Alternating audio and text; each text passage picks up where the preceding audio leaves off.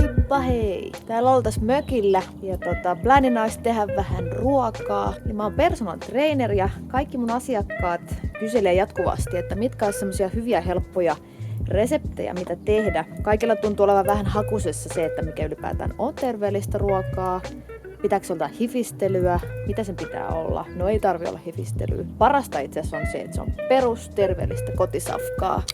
Vähän kivoilla pienellä twisteillä, eli siellä kansi olla tietyt elementit kunnossa. PT:nkin pitää välillä vähän relaa, niin mun on pakko ottaa vähän bissejä. Kokeillaan kokkaan.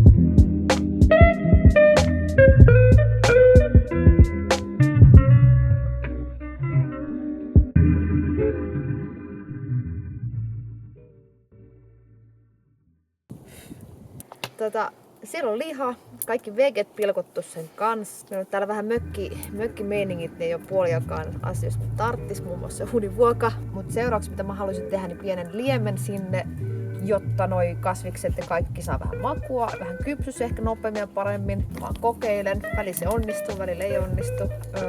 Mutta mitä mä tykkään tuohon kastikkeeseen tai tollasen yleensä tehdä on laittaa vähän jotain happoa, ehkä vähän jotain makeeta, ainakin suolaa, pippuria, perusjuttuja.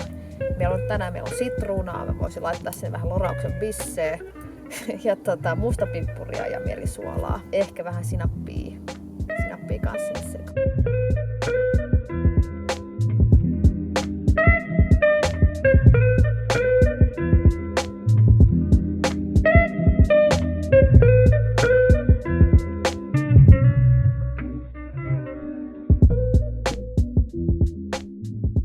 Liha olisi nyt uunissa. Mä ekaksi tykkään vähän pahtaa sitä siitä päältä jonkun vartin 20 minuuttia maksimissaan. Katsoo vähän minkä näköinen se on. Ja sit kun se on semmonen kivan vähän paahtuneen, ruskean, kauniin näköinen ja alkaa tuoksua hyvältä, niin sit siirtää vähän ehkä alemmas sitä, riippuu minkälainen uuni sulla on. Vähän alemmas, vähän vähemmän tehoja siihen uuniin, ehkä kiertoilmalta pois. Sitten loppuaika, kunnes se liha on ja kasvikset kypsiä. Jos se kuivuu, niin homma menee ihan vihkoon.